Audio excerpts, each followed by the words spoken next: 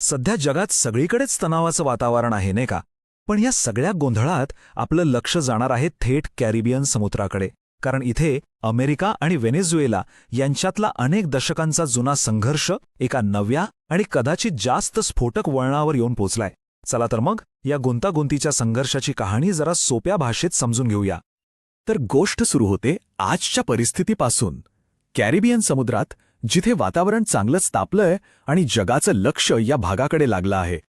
आणि या सगळ्या तणावाच्या मुळाशी एकच प्रश्न आहे की अमेरिकेची सगळ्यात खतरनाक, सगळ्यात ॲडव्हान्स्ड युद्धनौका USS गेराल्ड फोर्ड व्हेनेझुएलाच्या इतक्या जवळ करतेय तरी काय? यामागे नक्की काय शिजतंय? आता बघा, ही युद्धनौका तिथे असणं म्हणजे व्हेनेझुएलासाठी एक सरळ सरळ वॉर्निंग आहे. हो, जरी ट्रम्प प्रशासनाने याला ड्रग्ज विरोधातली मोहीम असं गोंडस नाव दिलं असलं तरी यातली गोष्ट काहीतरी वेगळीच आहे. पण हा वाद काही आजचा नाहीये. नाही, याची मुळं खूप खोलवर आहेत. आणि ती समजून घ्यायची असतील तर आपल्याला इतिहासात डोकावं लागेल, थेट ह्युगो चावेज यांच्या काळात, जिथून या सगळ्या प्रकरणाला सुरुवात झाली. तर गोष्ट सुरू होते 1999 साली. ह्युगो चावेज नावाचे एक फायर ब्रँड नेते सत्तेत येतात. त्यांचं एकच ध्येय होतं, लॅटिन अमेरिकेवरचा अमेरिकेचा प्रभाव पूर्णपणे संपवून टाकायचा. पण मग 2002 साली त्यांच्याच विरोधात एक लष्करी बंड झालं. ते फसवलं गेलं, पण तिथून खऱ्या अर्थाने ठिणगी पडली. आता चावेज यांची एक विचारधारा होती, जिला बोल्वेरियन रिव्हॉल्युशन असं म्हणतात. सोप्या भाषेत सांगायचं तर 21व्या शतकातील समाजवाद. याचा अर्थ एकच होता, देशाची नैसर्गिक साधनसंपत्ती म्हणजे खास करून तेल, ते बाहेरच्या कंपन्यांसाठी नाही तर आपल्याच देशातल्या गरीब लोकांसाठी वापरायचं. आणि हे तेल प्रकरण एवढं महत्त्वाचं का आहे? कारण व्हेनेझुएलाकडे जगातला सगळ्यात मोठा म्हणजे नंबर 1 सिद्ध झालेला तेलाचा साठा आहे. हो, जगातला सर्वात मोठा. आणि याच विचारधारेला धरून चावेज यांनी एक असा निर्णय घेतला ज्याने अमेरिकेला थेट आव्हान दिलं. त्यांनी देशाची सर्वात मोठी तेल कंपनी PDVSA तिचं राष्ट्रीयकरण करून टाकलं, म्हणजे ती सरकारी केली.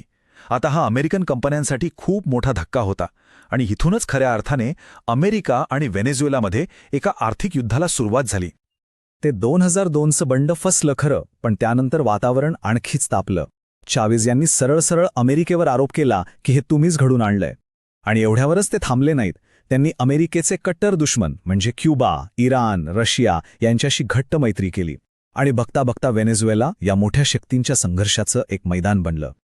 बरं, हा झाला चावेज यांचा काळ. आता येऊया त्यांच्या नंतरच्या काळात.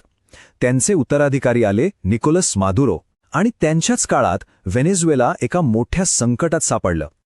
आता चावेज आणि मादुरो यांच्यात जमीन अस्मानाचा फरक होता. चावेज एकदम करिश्माई, लोकांवर प्रभाव टाकणारे नेते होते, तर मादुरो, त्यांना 2013मध्ये सत्ता मिळाली, पण त्यांच्याकडे तो करिश्मा नव्हता. आणि त्यांच्या नशिबाने नेमकं तेव्हाच जगात तेलाचे भाव गडगडले. आणि याचा किती मोठा परिणाम होणार होता हे इथून कळतं. विचार करा, देशाची 95% अर्थव्यवस्था फक्त आणि फक्त तेलावर चालत होती. म्हणजे तेलाचे भाव पडले की देशाची अर्थव्यवस्थाच कोसळणार. आणि तसंच झालं. सगळं काही पत्त्यांच्या बंगल्यासारखं कोसळलं. परिणाम इतका भयानक होता की देशात हायपर इन्फ्लेशन आलं. म्हणजे महागाई इतकी वाढली की तिथल्या चलनाची किंमत कागदाच्या तुकड्या इतकी झाली. एक भयंकर मानवी संकट उभं राहिलं आणि लोक विचारू लागले की मादुरो यांना राज्य करण्याचा अधिकार तरी आहे का? आणि मग एक विचित्र राजकीय नाटक सुरू झालं. 2018मध्ये मादुरो निवडणूक जिंकले, पण विरोधी पक्षांनी आणि अमेरिकेने म्हटलं की ही निवडणूकच बनावट आहे. मग काय? जानेवारी 2019मध्ये विरोधी पक्षनेते जुआन ग्वाइडोने स्वतःलाच देशाचे हंगामी राष्ट्रपती घोषित करून टाकलं. आणि अमेरिकेने लगेच त्यांना मान्यताही दिली. म्हणजे एकाच देशात एकाच वेळी 2 राष्ट्रपती. काय गोंधळ असेल विचार करा. आता या परिस्थितीला तोंड देण्यासाठी अमेरिकेनं आपली एक नवी रणनीती बाहेर काढली. मादुरो यांना सत्तेवरून हटवण्यासाठी त्यांनी मॅक्झिमम प्रेशर म्हणजे जास्तीत जास्त दबाव टाकण्याचं धोरण सुरू केलं. या मॅक्सिमम प्रेशर रणनीतीमध्ये 3 गोष्टी होत्या. पहिलं, व्हेनेझुएलाला जलात एकटं पाडणं. दुसरं, त्यांच्यावर कडक आर्थिक बंधनं लादणं. आणि या सगळ्याचा एकच उद्देश होता, कसाही करून मादुरो यांना सत्तेवरून खाली खेचणं. पण हे धोरण यशस्वी झालं का? तर नाही. इतका सगळा दबाव टाकूनही मादुरो आजही सत्तेत आहेत. आणि याचं मुख्य कारण म्हणजे रशिया आणि चीनचा त्यांना मिळणारा पाठिंबा. त्यांनी मादुरोंना पडू दिलं नाही. आता या निर्बंधांबद्दल 2 वेगवेगळ्या बाजू आहेत. मादुरो सरकार म्हणतं की हे आर्थिक दहशतवाद आहे, आमच्यावर केलेलं आर्थिक युद्ध आहे, तर अमेरिका म्हणतं की आम्ही लोकांना त्रास देत नाहीये, आमचं लक्ष फक्त तिथलं भ्रष्ट सरकार आहे. तर मग आता आजची परिस्थिती काय आहे आणि पुढे काय होऊ शकतं? चला पाहूया. बघा, मॅक्सिमम प्रेशरचं धोरण तर फसलं. हे अमेरिकेच्या लक्षात आल्यावर त्यांनी आपला पवित्रा थोडा बदललाय. आता ते दबावापेक्षा जास्त चर्चेवर आणि मुत्सद्देगिरीवर भर देत आहेत. अमेरिकेची अट एकदम साधी आणि सरळ आहे. ते म्हणतात की जर मादुरो यांनी देशात स्वतंत्र आणि निष्पक्ष निवडणुका घेण्याचं वचन दिलं तरच आम्ही ही निर्बंध कमी करण्याचा विचार करू. हाच तोडग्याचा मुख्य मुद्दा आहे. पण विषय फक्त निवडणुकीपुरता मर्यादित नाही. तणावाची अजूनही काही कारणं आहेत. एक म्हणजे व्हेनेझुएलाचा त्यांच्या शेजारी देश गयानासोबत सीमावाद सुरू झालाय, आणि दुसरं म्हणजे अमेरिकेने मादुरो आणि त्यांच्या काही मोठ्या अधिकाऱ्यांवर नार्को टेररिझमचा म्हणजे ड्रग्ज तस्करीचा गंभीर आरोप लावलाय.